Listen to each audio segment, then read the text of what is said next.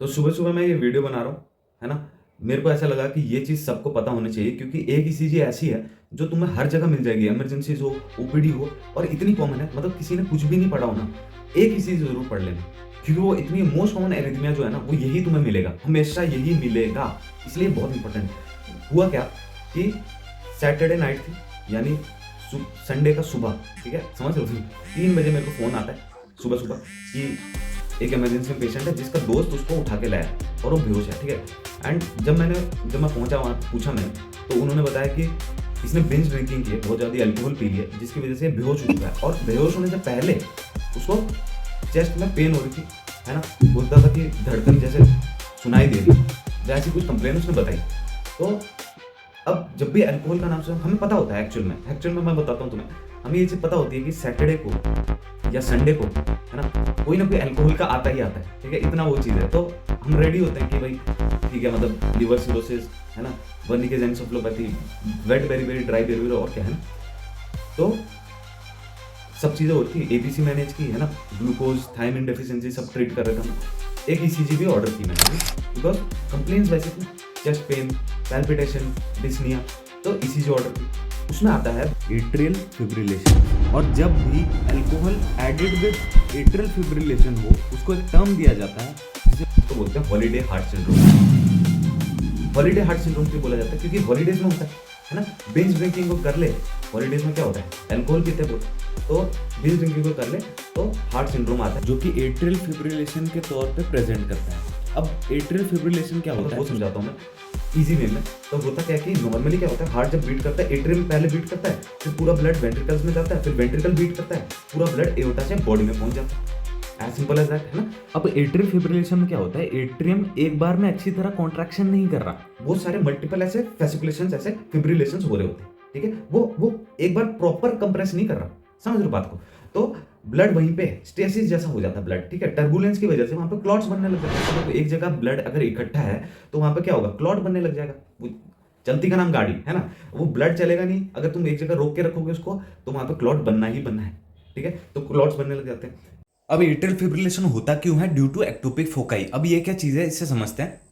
SA node से signal जाता है एवी नोड में, एवी नोड से बंडल ऑफ में और परकंजी फाइबर से स्प्रेड हो जाता है, ठीक है। पर यहाँ पे एक्टोपिक फोकाई बन गई, यानी कुछ कुछ फोकाई ऐसे बन गए हैं जो खुद ही रेगुलेट कर रहे हैं। वो एसए नोड को बोल रहे हैं तो चुपचाप बैठ। एसए नोड क्या था ना, वो एसए नोड की वजह से ही पी वेव बनती थी ईसीजी में।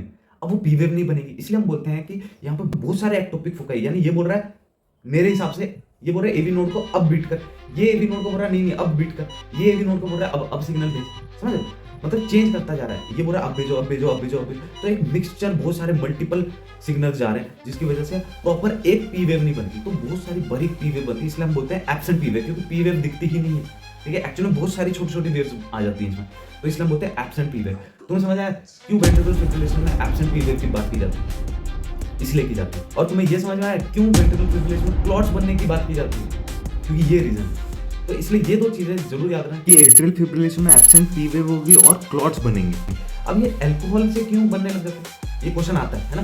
तो होता क्या है कि अल्कोहल जो है वो वेगस नर्व को इनहिबिट करती है। अब वेगस नर्व ऐसी होती थी, वो सबको इनहिबिट करती थी। वेगस नर्व क्या है, पैरासिम्पैथेटिक, है ना, वेगस नर्व खुद सबको इनहिबिट करती थी। तुमने इनहिबिट करने वाले को इनहिबिट कर दिया, यानी सब कुछ स्टिमुलेट कर दिया।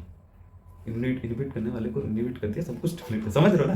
तो अब क्या होगा, सब कुछ स्टिमुलेट होने लगेगा, जो सिग्नल्स है वो मोर स्पीड से जाएंगे, है ना, तो एक एरिथमिया प्रोड्यूस कर देगा। यानी कोई कब बीट कर रहा है, कोई कब बीट कर रहा है, एक एरिथमिया बन जाता है, जो कि लास्ट में वेंट्रिकुलर फिब्रिलेशन के उसमें आ जाता है ना, एक्टोपिक फोकाई बन जाते हैं लास्ट में अल्कोहल की वजह से। अब हम देखते हैं कि हॉलीडे हार्ट सिंड्रोम में करना क्या है, होता क्या है, सिम्टम्स देख। सिम्टम्स में तुम देखोगे चेस्ट में जो मैंने बताया, पैल्पिटेशन होती है ना, डिस्निया होता है, ठीक है। और क्या होगा, अगर तुम साइन देखो तो हार्ट तो एरिथमिया में, यानी वो तेज बीट कर रहा है, तेज बीट कर रहा है, क्योंकि एक्टोपिक फोकाई कितने हैं, एवी नोड को बहुत सारे लोग बोल रहे हैं कि अब तू स्टिमुलेट हो जा, अब तू स्टिमुलेट हो जा, अब तू स्टिमुलेट, तो बहुत सारे सिग्नल है, यानी हार्ट रेट बहुत तेज हो जाएगा, ठीक है। बीपी, क्योंकि ब्लड तो अच्छी तरह जा भी नहीं रहा, तो बीपी जो होता है वो क्या होता है, ब्लड की बॉल्स में जितना प्रेशर लग रहा है, तो ब्लड तो अच्छी तरह जा भी नहीं रहा, तो ब्लड प्रेशर ड्रॉप कर देगा। शॉक जैसी कंडीशन लग रही है कि हार्ट तो तेज है टैकीकार्डिया में, लेकिन वो जो है वो बीपी जो फॉल कर रहा है। एक्चुअली हार्ट टैकीकार्डिया में से अच्छा हम बोले हार्ट एरिथमिया में है, ठीक है। अब जब भी एरिथमिया होता है, दिमाग में एक चीज आती है कि यार शॉक दे दो। एरिथमिया क्या होता है, टेढ़ा मेढ़ा चल रहा है हार्ट, शॉक देने से वो एक बार में सही हो जाता है, और पहले एट्रियम कॉन्ट्रैक्ट करेगा, वेंट्रिकल कॉन्ट्रैक्ट करेगा, फिर ऊपर जाएगा, प्रॉपर वे में कॉन्ट्रैक्ट करेगा, ठीक है, शॉक देने के बाद। तो हम क्या सोचते हैं, शॉक दे दो। लेकिन यहाँ पे नहीं देना।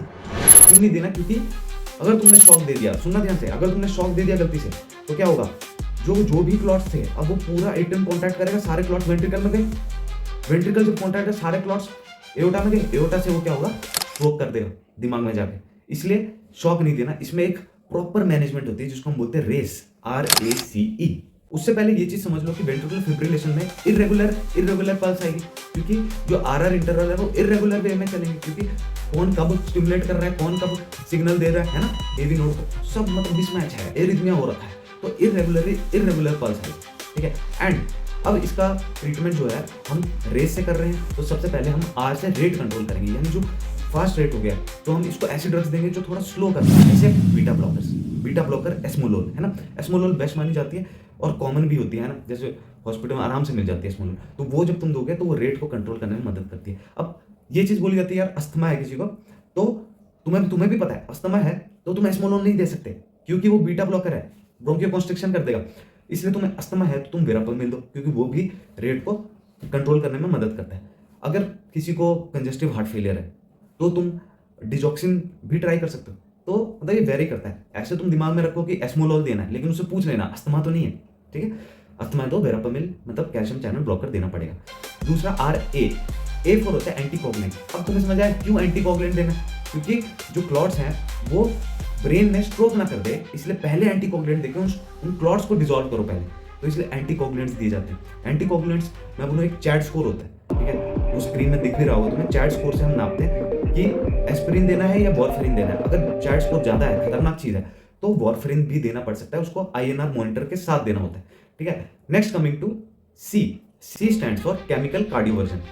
अब केमिकल कार्डियोवर्जन एमियोडोरोन से देते हैं, ये चीज याद रख लो, क्योंकि उसके नेक्स्ट जो आता है वो E है, यानी इलेक्ट्रिकल कार्डियोवर्जन, जो कि एरिथमिया में सब लोग सोचते हैं कार्डियोवर्जन कर दो हो जाएगा सही, पर मैंने तुम्हें बताया यहाँ पे अगर तुम कार्डियोवर्जन पहले कर दोगे ना तो होगा क्या कि हार्ट तो सही प्रॉपर वे में चल पड़ेगा, ठीक है। होगा क्या, वो क्लॉट्स जो हैं वो ब्रेन में जाके स्ट्रोक कर देंगे, जिसकी वजह से डेथ भी हो सकती है। इसलिए पहले हमें क्लॉट डिसॉल्व करने पड़ेंगे, फिर हम इलेक्ट्रिकल कार्डियोवर्जन कर सकते हैं, यानी सिंक्रोनाइज DC शॉक 200 जूल का होता है वो दे सकते हैं। तो वीडियो को लाइक करो और मौज काटो।